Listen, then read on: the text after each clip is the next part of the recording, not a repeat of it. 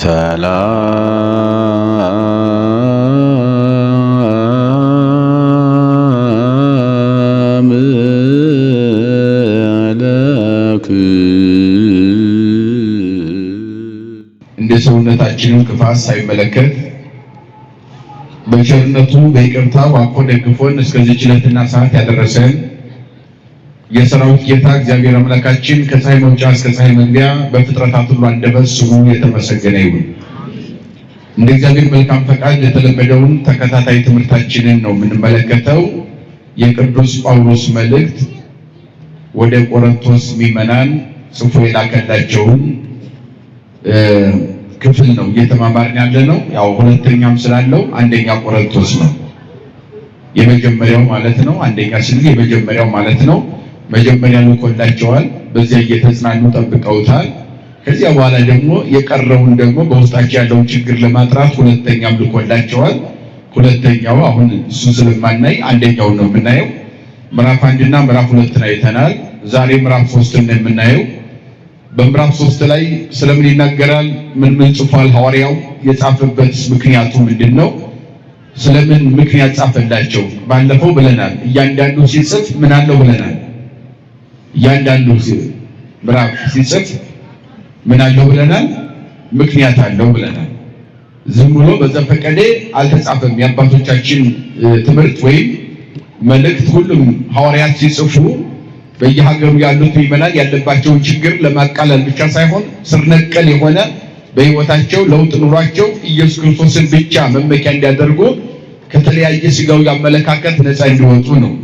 በምድር ላይ ስላለው ነገር ሁሉ ምንም ይኑራቸው፣ ገንዘብም ይኑራቸው፣ ዕውቀትም ይኑራቸው፣ የተለያየ ነገር ራሳቸውን ጥገኛ እንዳያደርጉ መጠጋት ያለባቸው መያዝ ያለባቸው ኢየሱስ ክርስቶስ እንደሆነ፣ ሁሉም ነገር ኃላፊ እንደሆነ፣ ከሌላው ጥገኝነት ነፃ ወጥተው ክርስቶስን እንዲይዙ ማድረግ ነው የትምህርቱ ዓላማ።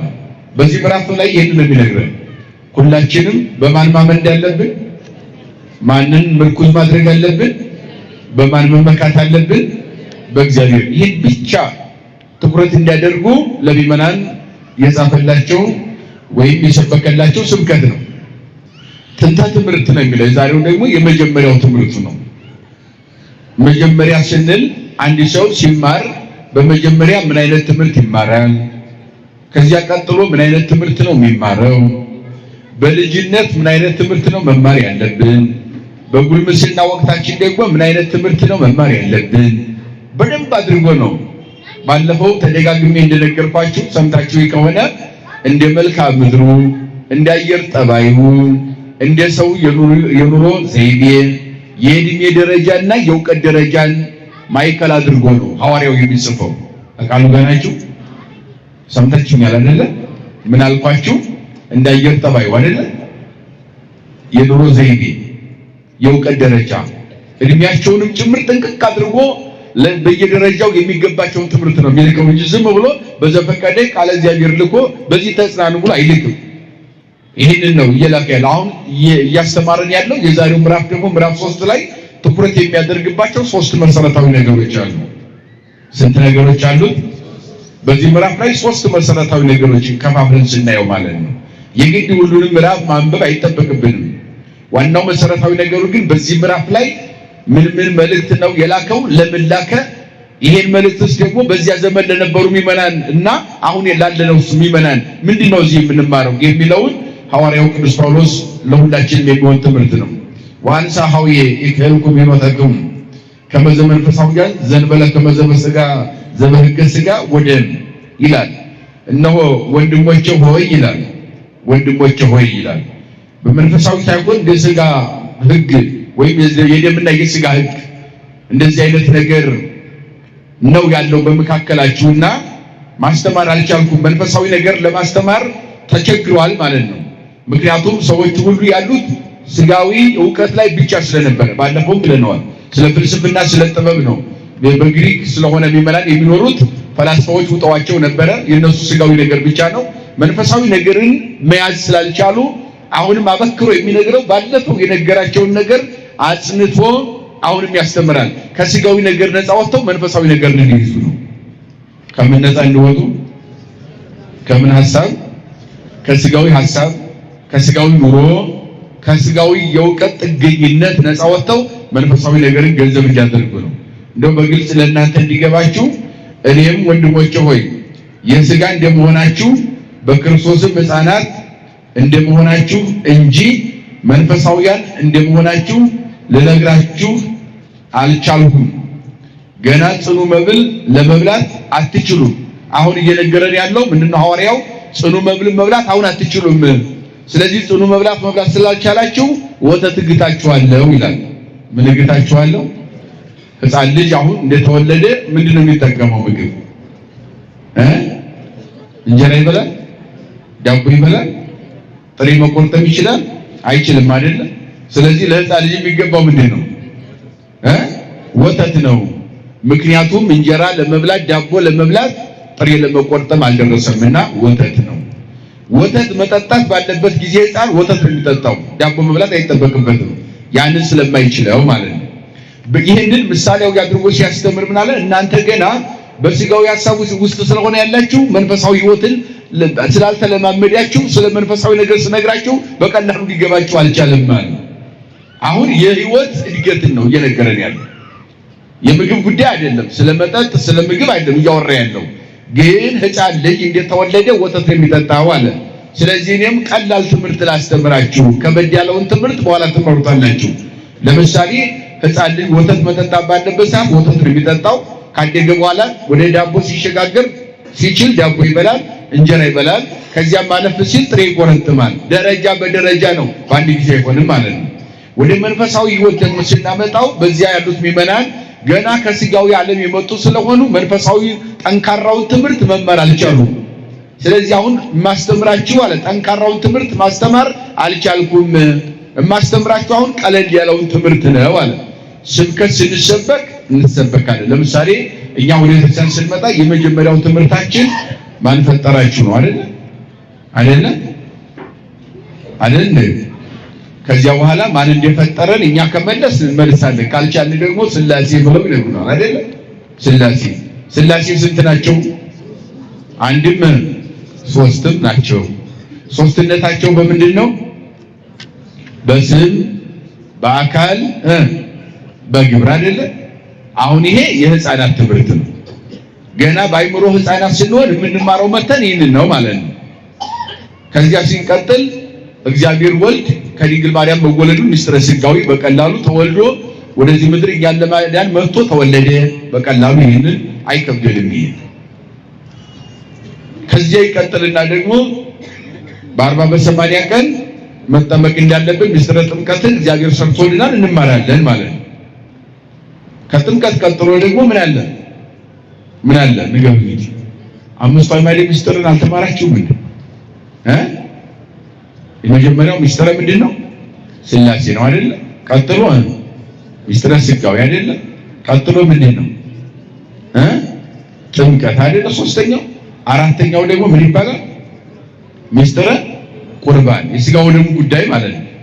ከዚያ ቀጥሎ አምስተኛውና የመጨረሻው ምስጢር ምን ይባላል? ሰው ሞቶ ምን ይላል ነው? ይነሳል። ትንሣኤ ሙታን ነው አይደለ? ይህን ማንኛውም ክርስቲያን ማወቅ ግዴታው ነው። ይህንን አያችሁ። ይህንን እንደዚሁ በስም ዝርዝር ካወቅናቸው በኋላ ነገረ ሥላሴ አንድነት ሶስትነቱ ምንድነው ሲባል ያው አንድነት ሶስትነት በስም አብ ወልድ መንፈስ ቅዱስ ይባላል ነው አይደል? ሥላሴ ብለን ነው ምናምን። ከዚያ ደግሞ ከስም ደግሞ ምን አለ? በስም በአካል ብለናል አይደለ? ለአብ ፍጹም መልክ ፍጹም አካል ፍጹም ገጽ አለው፣ ለወልድም እንደዚያው ለመንፈስ ቅዱስም እንደዚያው ብሎ ማመን ነው። ግብር የምንለው ደግሞ አብ ወላዲ ነው፣ አስራጺ ነው፣ ወልድ ተወላዲ ነው፣ መንፈስ ቅዱስ ደግሞ ሰራጺ ነው። ይሄ ስራ ማለት ነው። ግብር ማለት የነሱ ግብራቸው ይሄ ነው። ይሄን በቀላሉ መማር ማለት ነው።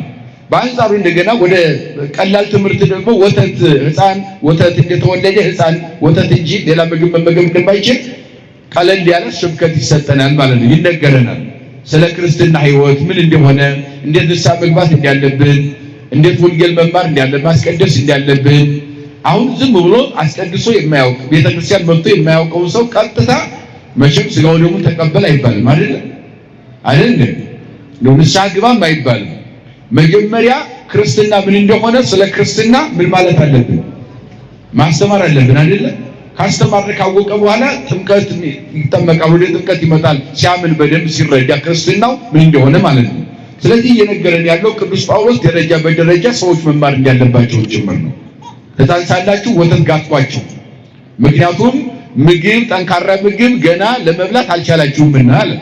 ስለዚህ እናንተ በቆሮንቶስ ያላችሁ ምዕመናን የተቸገራችሁት ዓለማዊ ፍልስፍናው ይሄ ዓለማዊ ግብሩ አጠቃላይ አምልኮተ ጣዖቱ ተቆጣጥሯችሁ ስለኖረ አሁን ቀጥታ እያንዳንዱ ነገር ስለ ነገረ እግዚአብሔር በነግራችሁ ምንም በብዙ አይገባችሁም።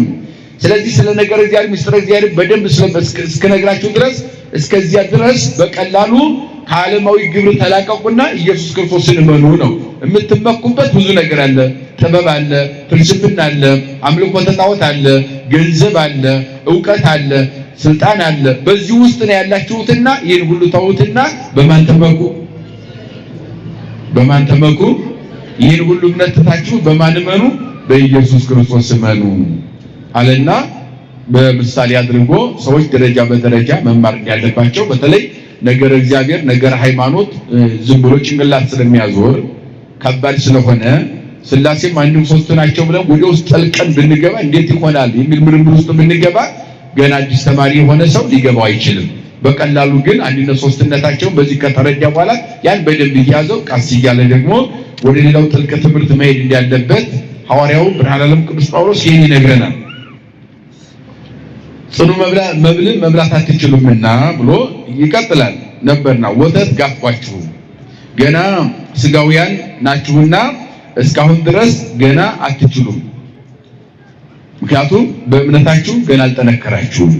ጠንከር እያላችሁ የእምነቱ ጉዳይ እየገባችሁ ሲመጣ ማመን በኢየሱስ ክርስቶስ ስታምኑ ወረደ ተወለደ አዳነ የሚለውን ነገር ይህ ስታምኑ ለኔ ስጋውን ቆረሰ ደሙን አፈሰሰ ቤዛ ሆኖ እኔን አዳነኝ ለኔ መከራን ተቀበለ የኔን ጥፊ እሱ ተመታ ለኔ ሲል ለኔ ክብር ሲል እሱ ላይ ምራቅ ተተፋበት የኔን ሸክም ሊያቀልልኝ መስቀል ተሸክሞ ቀራንዮ ጉዞ አደረገ የኔን ብርሃን ልብስ ሊያለብሰኝ እርቃኑን ተሰቀለ ብለህ እመን ነው መጀመሪያ።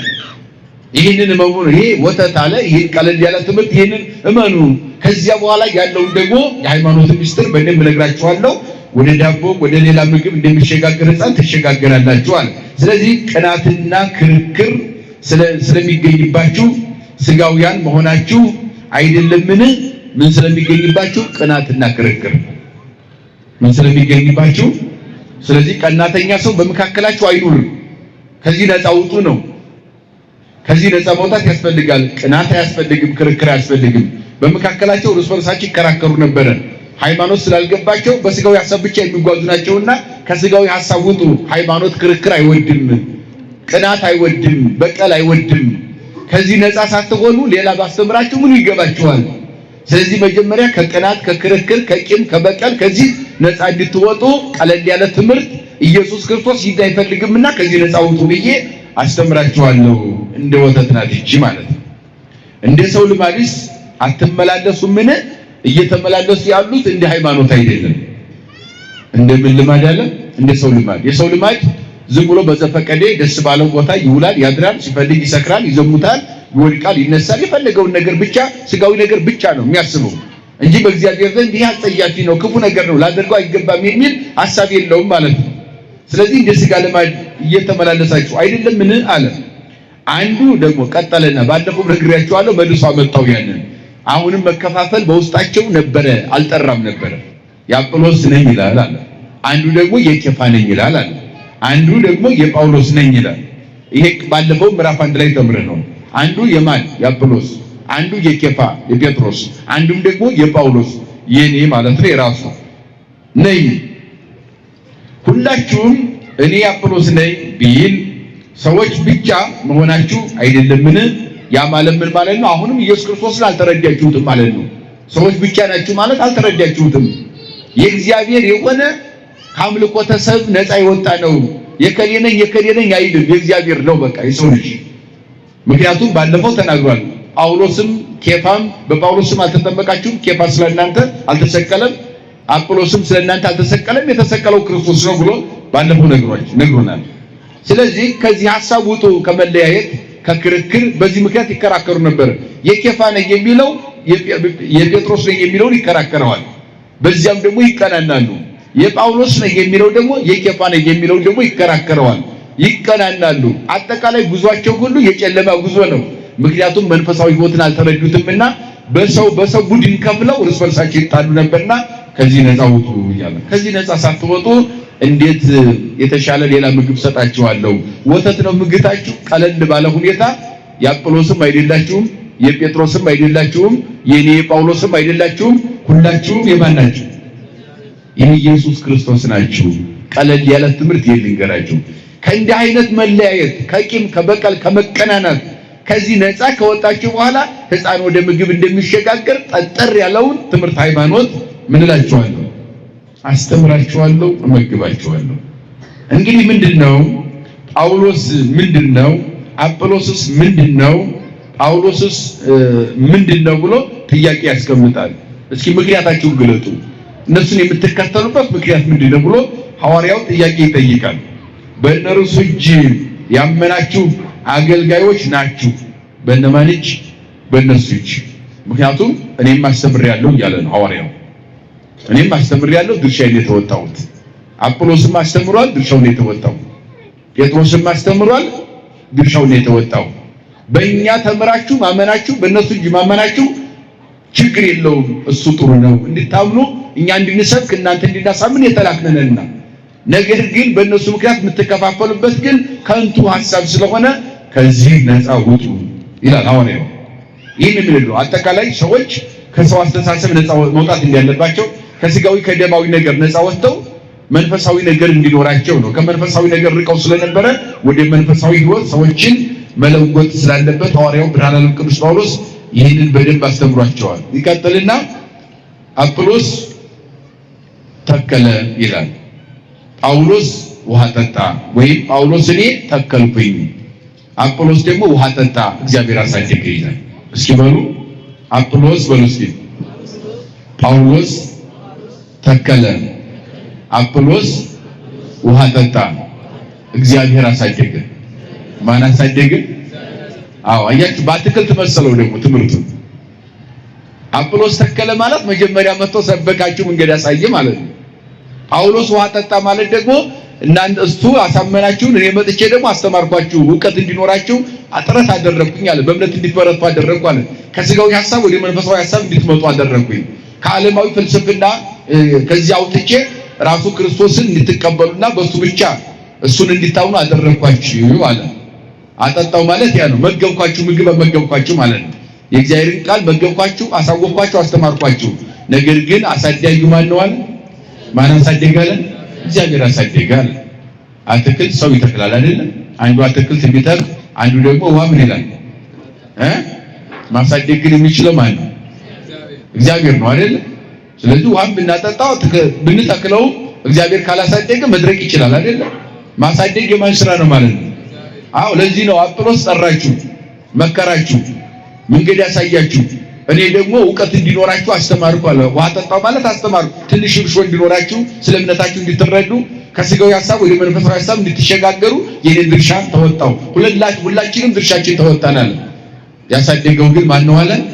በእምነት እንድትጸኑ ከዚያ ከተለያየ ችግር እኛ መንገድ ያሳየን ማውጣት የሚችል ግን ከሱስ ነፃ ማውጣት የሚችል ማን ነው አለ? እግዚአብሔር ነው አለ። ስለዚህ በእኛ ምክንያት አትቀናኑ፣ አትከፋፈሉ፣ አትጣሉ፣ ክርስቶስን ብቻ ያዙ የሚል ትምህርት ነው። መጀመሪያ ሐዋርያው ቅዱስ ጳውሎስ የመጀመሪያው ሐሳብ በዚህ ምዕራፍ ላይ በዚህ መንገድ ያስተምራል። ተረድታችኋል አይደለ? ገብታችኋል? በምሳሌ ነው ያስተማረው። ጀማሪ ተማሪዎች የሚማሩትና የበሰሉ ተማሪዎች የሚማሩት አንድ አይደለም። ሕፃን የሚመገበው ወተት ነው። ከፍ ሲል ደግሞ ሌላ ምግብ ይቀጥላል ማለት ነው። ጽኑ ምግብ መመገብ የሚችለው ከፍ ሲል ነው። ወተት በሚመገብበት ሰዓት ዳቦ ብላ አይባልም። ስለዚህ እኛም ደግሞ ገና በእውቀት ልጆች ሳላችሁ ለልጅነት የሚገባ በቀላሉ እመኑ በኢየሱስ ክርስቶስ ብለን መሰቀሉን፣ መከራ መቀበሉን፣ ደሙን ማፍሰሱን፣ ስጋውን መቆረሱን እሱ ብቻ እንነግራችኋለን። ከዚያ በኋላ ይህን ከተረድታችሁ ካመናችሁ በኋላ ደግሞ ጠጣድ ያለውን ነገር ሃይማኖት እናስተምራችኋለን። እስከዚያ ድረስ ግን መከፋፈል፣ ቅናትና በቀል በውስጣችሁ ክርክርም አይኑር አለ። በአጵሎስ በኬፋ በጴጥሮስም አትከራከሩ። አንዱ ተከለ፣ አንዱ ውሃ ጠጣ። አሳዳጊ ግን ማን ነው? አሳዳጊ ማን ነው? እግዚአብሔር ነው አለ። ስለዚህ እግዚአብሔርን ታመኑበት ምርኩዝ አድርጉ ብሎ ያስተምራል።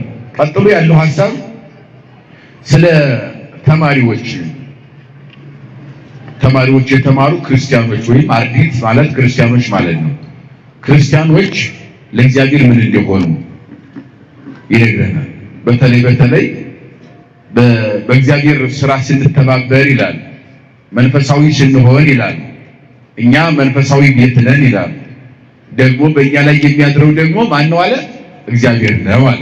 ሐዋርያው ቅዱስ ጳውሎስ በተለይ በዚህ የሐዋርያት ሥራ ምዕራፍ 9 ላይ ስታነቡ በጣም በሚደንቅ ሁኔታ ቅዱስ ጳውሎስ የተጠራበትን መንገድ ይነግረናል።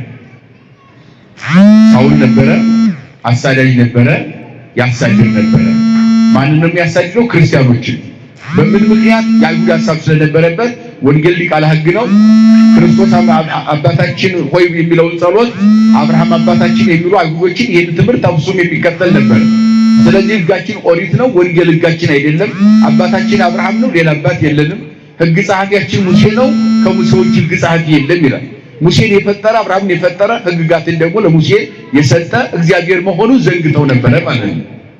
ስለዚህ በዚያ ላይ የግድ ጳውሎስን ወይም ሳውልን ወደ ጳውሎስ ለመቀየር እግዚአብሔር በመብረቅ ጠራው። የሐዋርያት ሥራ ምዕራፍ 9 ላይ በመብረቅ ነጸብራቅ በብርሃን ነጸብራቅ ከጠራው በኋላ ምድር ላይ ወድቆ አይኖቹ ታውረው 3 ቀን እንደበድን ሆኖ ደማስቆ ከተማ ላይ ሲያለቅስ እግዚአብሔር ቃል ወደ እርሱ መጣ። የናዝሬቱ ኢየሱስ ለምን ታሳድደኛለህ ብሎ አናግሮታል። አንተ ማነህ ሲለው የናዝሬቱ ኢየሱስ ነኝ አለ። ስለዚህ ምን ልታዘዝ፣ ምን እንዲያደርግ ትፈልጋለህ ብሎ ጌታችንን ጳውሎስ ጠየቀ። ምርጥቅ አድርጌሃለሁ አለው። ምን አለው? ምን አድርጌሃለሁ? ምርጥቅ አድርጌሃለሁ።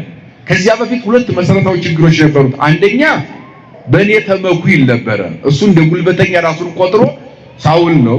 እስጢፋኖስ በድንጋይ ሲወገር በድንጋይ የሚወግሩ ሰዎችን የጨርቅ ጠባቂ ነበር ይላል ራሱ።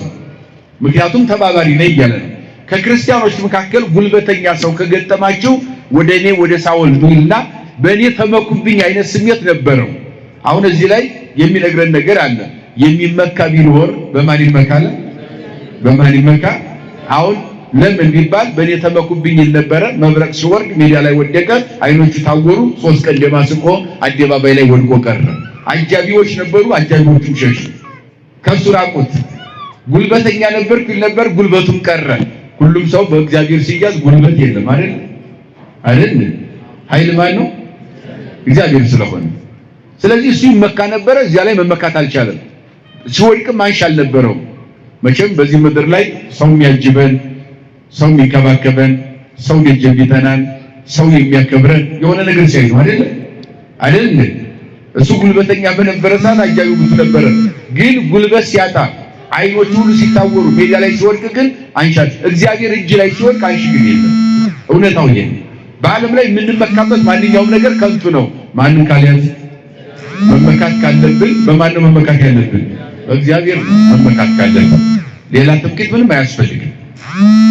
ስለዚህ ይህን ነው የሚነግረን ሐዋርያው ቅዱስ ጳውሎስ እየነገረን እያስተማረን ያለው። የሚመካ ቢኖር በማን ይመካል? አየው በእኔ ተመኩብኝ የሚለው ጳውሎስ በእግዚአብሔር ይመካል። እኔ አይደለሁም መመኪያ። ራሱ ከዚህ ነፃ ወጣ። የሚፈልገውም ያን ስለሆነ አሁንም ስለዚህ በዚህ በግሪክ በቆሮንቶስ ያሉ ምዕመናንም የሚመኩበትን ማንኛውንም ነገር ትተው በኢየሱስ ክርስቶስ መመካት እንዳለባቸው ከራሱ ሕይወት ነው እያስተማራቸው ያለው ማለት ነው። አንደኛ ይሄ ነው። ሁለተኛው የእግዚአብሔር ማደሪያዎች መሆናቸውን ክርስቲያኖችን ረስቶ ነበር። እሱ የሚያሳድዳቸው እንደውም ለምን ታሳድደኛለህ ሲለው ሊቃውንት ምን አሉ? የት አግኝቶ ነው ያሳድደው? ጳውሎስ ክርስቶስን አላገኘም። መቼ ተገናኝተው? ኢየሱስ ክርስቶስ በዚህ ምድር በነበረ ሰዓት አንድ ቀንም ሳውል ወይም ጳውሎስ ተገኝቶ አያውቅም። አይሁዶች ጋር ሆኖ ክርስቶስን አላሳደደው። ከየት አግኝቶ አሳደደው ብሎ ካረገ በኋላ የተጠራው በመብረቅ የተጠራው በ7ኛው ዓመት መጨረሻ ላይ 8ኛው ዓመት ሲጀምር ነው የተጠራው። ጳውሎስ የተባለው ከሳውል ወደ ጳውሎስ የተቀየረ ብርሃን ዓለም ሆነ ማለት ነው። የት አግኝቶ አሳደደው ቢሉ ክርስቲያኖችን ማሳደድ ክርስቶስን ማሳደድ ነው አሉ። ማንን ማሳደድ? ከዋልክበት አላሳድረኝ ካደርኩበት አላውለኝ ብለሃል ይላል። እንደውም ክርስቶስ ጳውሎስ ሲባል ለምን ታሳደኛለህ ማለት ካደርኩበት አላውለኝ አልክ፣ ከዋልኩበትም አላሳድረኝ አልክ። ይሄ ሲተረጉሙት ምክንያቱም የእግዚአብሔር ማደሪያ መዋያ ምእመናን ናቸው፣ ክርስቲያኖች ናቸው። ክርስቲያኖች ይቀጥላል ወደፊትም ማለት ነው፣ ይቀጥላል ትምህርቱን። ስለዚህ እዚህ ላይ ሲገባው በኋላ ምን አለ? እናንተ የመንፈስ ቅዱስ ማደሪያዎች ናችሁ ይላል። የማን ማደሪያ? ያሳድዳቸው የነበሩ ክርስቲያኖችን የማን ማደሪያ አለ? በዚህ ምዕራፍ ላይ የክርስቶስ ማደሪያ ናችሁ፣ የመንፈስ ቅዱስ ማደሪያ ናችሁ። አንትሙ ይታምሩኑ ከመ አንትሙ ታቦቱ ለመንፈስ ቅዱስ፣ እናንተ የመንፈስ ቅዱስ ማደሪያ እንደሆናችሁ አታውቁምን ይላል። መጀመሪያ እኮ ሲያሳድዳቸው የነበረ ነው፣ ያሳስራቸው ነበረ፣ መገደልም ነበረ፣ ታስረው ይገደሉ ነበር፣ ለአይሁድ ሸንጎ አሳልፎ ይሰጣቸው ነበር። ደማስቆ እግዚአብሔር በመብረቅ የቀደመው ጳውሎስን ክርስቲያኖች ይታሰሩ የሚል የፈቃድ ደብዳቤ ለማጻፍ ወደ ቤተ መንግስት ይገባ ነው። እግዚአብሔር የሚቀድመው የለም፣ ቀደመና በመብረቅ አንጸባረቀ፣ መንገድ ላይ አቆመው፣ ቤተ መንግስት እንዳይገባ አደረገው። የዕዳ ደብዳቤ በክርስቲያኖች ላይ ለማጻፍ የሚገሰገሰውን ሳውልን በመብረቅ ቀደመና ከዚያ በኋላ ምን አደረገው? በሩሱ እንዲያምን አደረገው። እስካሁን ድረስ የዕዳ ደብዳቤ ስታጽፍ ነበረ፣ በክርስቲያኖች ላይ የሞት አዋጅ ስታጽፍ ነበረ። ከዚህም በኋላ የዕዳ ደብዳቤ የሞት አዋጅ ሳይሆን የሕይወት አዋጅ የሆነው ወንጌል ተሸክመ በዓለም ትዞራለህ ብሎ እግዚአብሔር የዕዳ ደብዳቤውን ከእጁ አስጥሎ የሕይወት ደብዳቤ ወንጌልን አስታቀፈው። እግዚአብሔር ነዋዬ ህሩየ ረሰይኩከ ከመ ትጹር ስሜ በውስተ አሕዛብ፣ ወንጌልን ተሸክመ በአሕዛብ ትዞር ዘንድ ምርጥቅ አድርጌሃለሁ ብሎታል። ምን አለው? እስኪ በሉ ወንጌልህን በሉ እስኪ ተሸክመህ በዓለም ላይ ትዞር ዘንድ ምርጥቅ አድርጌሃለሁ። ምን አድርጌሃለሁ? ምርጥቃ። ምርጥቃን ሲተረጉሙ ሊቃውንቱ መዶሻ ብለውታል። ምርጥቃ ምንድነው? ወርቅ አይደለም ምርጥቃ፣ ብር አይደለም ምርጥቃ፣ ነሐስ አይደለም ምርጥቃ። ምርጥቃ መዶሻ ነው ያሉት የኛ ሊቃውንት። ለምን መዶሻ ነው? ምርጥቃ ከወርቅ ከብር ከተለያዩ ከሚወደዱ ነገሮች ተለይቶ መዶሻን ለምን ምርጥቃ ነው? ጳውሎስ የተባለው መዶሻ ነው። ምርጥቃ ለካ መዶሻ ነው። ለምን ቢሉ መዶሻ የረዘመውን ድንጋይ ያሳጥራል፣ የጎበጠውን ያቀናል፣ የሻከረውን ያለሰልሳል። ውበት የሌለውን የዓለምን ሁሉ ገጽታ የቀየረ የሚያምሩ የተዋቡ ህንፃዎች ሁሉ ውበታቸው ሚስጥሩ ምንድነው ሲባል ቁጥር 1 መዶሻ ይባላል። ምን ይባላል? በዓለም ላይ የሚማርኩ ህንፃዎች ሁሉ የመዶሻ ውጤት ናቸው ማለት ነው። ስለዚህ ይህም ዓለም አንድ ጊዜ ክብር ይግባውና የዮሴፍ ልጅ ነው የሚሉ አሉ፣ አንድ ጊዜ እግዚአብሔር ልጅ ነው የሚሉ አሉ። አንዳንዱ ማላጅ ይላል፣ አንዳንዱ ፈራጅ ይላል። ድብልቅልቅ ያለ እምነት ያለውን ይህንን ዓለም፣ አንዳንዱም ደግሞ ስጋዊ ጥበብን ከመንፈሳዊ ጥበብ ከመለኮታዊ ጥበብ አልቆ ግራ ተጋብቷል። ይህንን ሁሉ ዓለም መዶሻ ድንጋይ ቅርጽ እንደሚያስይዘው ቅርጽ የምታስይዘው አንተ ነህ። ዓለም ሳይፈጠር የአብ የባህሪ ልጅ ዓለምን ፈጥሮ የድንግል ማርያም ልጅ፣ ያለ እናት ከአብ የተወለደ የአብ ልጅ፣ ያለ አባት ከድንግል የተወለደ የድንግል ማርያም ልጅ፣ ሁለት ልደት እናምናለን፣ ወልደ አብ ወልደ ማርያም በተዋህዶ ከበረ ብለህ ለዓለም የምትሰብክ ምርጥቃ መዶሻ ነው ብሎ እግዚአብሔር እንደመረጠው። ስለዚህ ከዚያ በኋላ ነው የሚመካ ቢኖር በማን ይመካል? ይችን ያዟት። የሚመካ ቢኖር በሳውል በእኔ ሳይሆን በማን ይመካ? በእግዚአብሔር ይመካል። ሌላው ደግሞ የእግዚአብሔር መንፈስ ቅዱስ ማደሪያዎች እንደሆናችሁ አታውቁምን? እናንተ አለ የመንፈስ ቅዱስ ማደሪያዎች ናችሁ። ለምን? ማደሪያዬ መዋያዬ ክርስቲያኖች ናቸው ብሎ ራሱ ነግሮታልና ማለት ነው። ይሄንን ተረድቶ ለዓለም አስረድቷል ሐዋርያ። ከዚያ በኋላ ምን አለ? ይህንን የመንፈስ ቅዱስን ቤት የሚያፈርስ ካለ ራሱ ይፈርሳል። እናንተ ራሳችሁ በዚህ ቤት ላይ ስልጣን የላችሁም ይላል። ይህንን የምታፈርሱ ቤቱን እንኳን እናንተ ራሳችሁ ብታፈርሱት ማለት ኃጢአት ብትሰሩበት፣ አካላችሁ ላይ ኃጢአት ብትሰሩበት አፍርሳችሁታልና ፍርድ ይመጣባችኋል፣ እናንተ ትፈርሳላችሁ ይላል። ስለዚህ አካላችን የማን ማደሪያ ነው? የክርስቲያን አካል የክርስቶስ ማደሪያ ነው ማለት ነው። ለዚህ ነው ንስሐ እንግባ፣ እንታጠብ፣ ንጹህ እንሁን፣ እንቀደስ፣ በሕግና በሥርዓት እንኑር የሚባለው የእግዚአብሔር ቤት መቆሸሽ ስለሌለበት። ማንም ሰው ቤቱ ሲቆሽሽበት ደስ አይለውም ይለናል ወይ? አሁን ንጹህ ሆኖ ቤታችን ስናገኘውና ቆሽሾ ስናገኘው ስሜቱ ምን ይመስላል? እኛ አካላችን የማን ማደሪያ ነው? ክርስቲያን የማን ማደሪያ ነው? የክርስቶስ ማደሪያ ነው። የክርስቶስ ቤት ነን ማለት ነው። ስለዚህ ኃጢአት አትስሩ ማለት ቤቱን አታቆሽሹብኝ፣ ቤቴን አታቆሽሹ ነው። ይህንን ደግሞ የሚያፈርስም ካለ ራሱ ይፈርሳል ብሏል። ምክንያቱም በቤቱ አይደራደርም እግዚአብሔር ማለት ነው። ያ ማለት ምን ማለት ነው? ፍርድ ያሰጣል ማለት ነው። ይፈርሳል ማለት ፍርድ ያሰጣል ማለት ነው። እናንተ የምታፈርሱት ከሆነ ቤቱን ትፈርሳላችሁ ማለት ፍርድ ይሰጣችኋል፣ ትቀጣላችሁ። በኋለኛው ዘመን እኔ በመጣበት ጊዜ አላውቃችሁም እላችኋለሁ ምክንያቱም ቤቴን አቆሽሻችኋልና ብሎ ራሳችንን ሕይወታችንን ማቆሸሽ እንደሌለብን በዚህ በመንፈሳዊ ሕይወት መበርታት እንዳለብን የቆሸሸውን ቤትም ደግሞ ስናጸዳው ደስ እንደሚለን በንስሐ ሕይወታችን ሲጸዳ ክርስቶስ ደስ እንደሚለው ይህን ለሚነግረን በእርግጥ ምንም እንኳን በደል ብንበድል ማን አይለየንም መቼስ ቆሸሸ ብለን ቤቱን አናድርም አይደል ቤቱ ስለቆሸሸ ውጭ አድራለሁ ምን ሰው አለ መቼም ቢቆሽሽበትም እንደ ሁኔታው አድርጎ በቤቱ ምን ይላል ያድራል አይደል አዎ ምንም በደለኞች ኃጢአተኞች ብንሆን ደግሞ እሱም አይለየንም ለዚህ ነው ምሕረቱ ቸርነቱ ይቅርታው ተነግሮ የማያልቅ ከውቅያኖስ በላይ የሆነ እንደሆነ የእግዚአብሔር ቸርነት ሁሉ ጊዜ የሚሰበከው ለዚህ ነው ሊቃውንት እንደው በዚህ በትርጓሜያቸው ምን አሉ እንደ ወፍ መስለውታል እግዚአብሔር ወፍ ይላሉ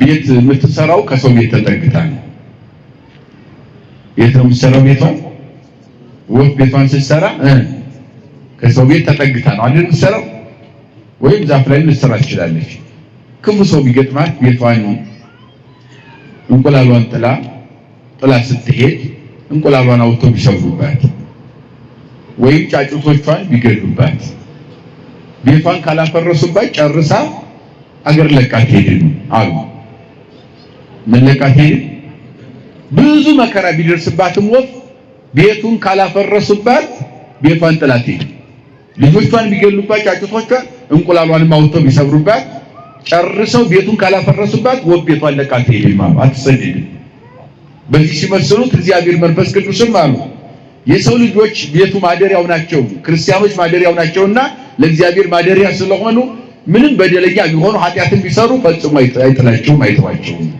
አይተውንም እግዚአብሔር ወፍ ግን ቤቷን ሲያፈርሱባት ጨርሳ አትመለስም ጥላ ትሄዳለች ለቃ ሀገር ትሰደዳለች አሉ እግዚአብሔርም የሰው ልጆችን እግዚአብሔር የሚለየው ምን ሲሆን ነው አላውቅም ብለው ሲክዱት ነው ጨርሰው ቤቷን ሲያፈርሱባት ወፍ ጥላ እንደምትሄድ እግዚአብሔርም አላውቅም አልፈጠረኝም ብለን ስንሄደው ያን ጊዜ እግዚአብሔር ጥሎ ምን ይላል ከኛ ይሄዳል ማለት ነው ይለየናል ማለት ነው አለበለዚያ ግን ሰው እያመነ በስሙ ተጠምቀን በ40 በ80 ቀን ተጠምቀን የእሱ አካል ሆነን ማደሪያው አድርጎ ቀድሶ አዘጋጅቶን የፈለግነው ብንበድልም ባና አይለየንም እድሜ ለንስሐ እየሰጠ ይጠብቀናል እንጂ አይለየንም ማለት ነው ያ ማለት ግን በኃጢአት ዓለም እየኖር ንስሐ ሳንገባ የተሰጠንን ጊዜ ካልተጠቀምንበት ፍርድ ያለ በኋላው ዘመን ምን አለ አዎ ሰው ካለፈ በኋላ ከሞት በኋላ ንስሐ የለም ይመን ከሞት በኋላ ምን የለም እንድራ ሐለፈ ሰብ አልቦቱ ንስሐ ይላል ሲራክ ሰው ከሞተ በኋላ ምን የለውም ንስሐ የለውም ይላል በዚያኛው ዓለም ያለው ፍርድ ብቻ ነው በቀኝና በግራ ማቆም ብቻ ነው አንተ ሂድ አንተና ማለት ብቻ ነው ሁለት ቃል ብቻ የሚናገረው እግዚአብሔር እናንተ ቡሩካን ወደኔ እናንተ ርጉማን ሂዱ ወደዚያ ይላል እግዚአብሔር ከዚህ ውጪ ሌላ ነገር የለም በዚያኛው ዓለም አይ ንስሐ ልግባ ጠብቀኝ አይባልም በእግዚአብሔር ፊት በፍርድ አደባባይ ስለዚህ ነው ዘወትር ወንጌል የሚሰበከው ንስሐ ግቡ ይሄ የምድሪቱ አዋጅ ነው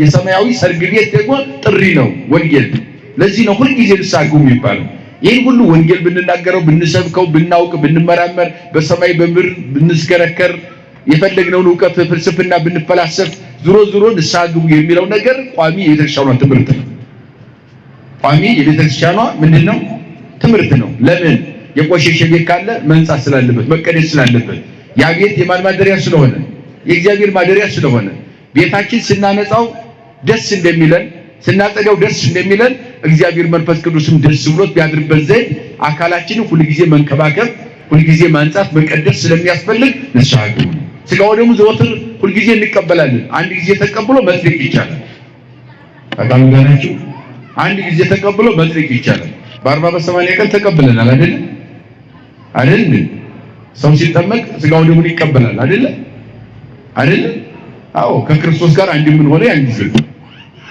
ማደሪያው ሆነ ያን ጊዜ ታዲያ ለምን ሁሉ ጊዜ እንቀበላለን በደለኞች ስለሆነ መውደቅ መነሳት ስላለ በህይወታችን ዛሬ ጻድቅ ነገ ኃጥእ ስለምንሆን በባህሪያችን መውደቅ መነሳት ስላለ ሁሉ ጊዜ ማጽዳት ስላለብን ነው የምንቀበለው ስጋና ደሙ ሁልጊዜ ንስሐ እየገባን ራሳችን መንከባከብ፣ ራሳችን ማንጻት፣ ራሳችን መቀደስ ስለሚያስፈልገን ነው።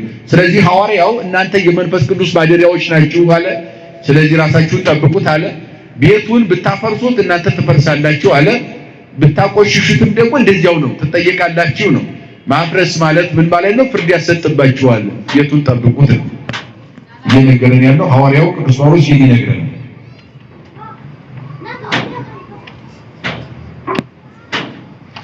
ከዚያ ወደ መጨረሻው ያው ቅድም የነገርኳችሁ ነው። የሚመካ ቢሆን በእግዚአብሔር መመካት እንዳለበት፣ በአጵሎስ በኬፋ ወይም በጴጥሮስ ወይም በጳውሎስ መመካት እንደሌለበት፣ እኛ አስተማሪዎች ነን፣ እኛ ባሪያዎች ነን፣ እኛ አገልጋዮች ነን። ከኛ ጋር ምንም ያገናኛችሁ ነገር የለም። ቃሉን የምንነግራችሁን ቃሉን ብቻ ስሙና ተጠቀሙበት የሚል የትምህርቱ መደምደሚያ የሚያደርገው ይሄንን። አጵሎስ አስተማሪ ነው፣ መካሪ ነው፣ ባሪያ ነው፣ አገልጋይ ነው። ኬፋም እንደዚሁ ጴጥሮስ መካሪ፣ አስተማሪ፣ አገልጋይ ነው። ጳውሎስም እኔ አስተማሪ ነኝ፣ አገልጋይ ነኝ፣ ባሪያው ነኝ ለኢየሱስ ክርስቶስ።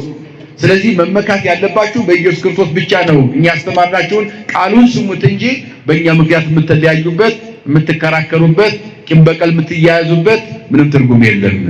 ስለዚህ የመንፈስ ቅዱስ ማደሪያ ስለሆናችሁ ከቂም፣ ከበቀል፣ ከቅናት፣ ከክፉ ነገር ሁሉ ሕይወታችሁን ንጹህ አድርጉት። ንጹህ በሆነ ቤት ሰው ሲያድር ደስ እንደሚለው በእኛ ሕይወት እግዚአብሔር ሲያድር ደስ የሚለው ንጽህና ስንይዝ ነው ብሎ ይዘጋል ትምህርቱ ማለት ነው። ስለዚህ የንስሐ ሕይወትን ገንዘብ ማድረግ ያስፈልጋል። መማራችን ትርጉሙ ምን ለመግባት ነው? ንገሩኝ እስኪ።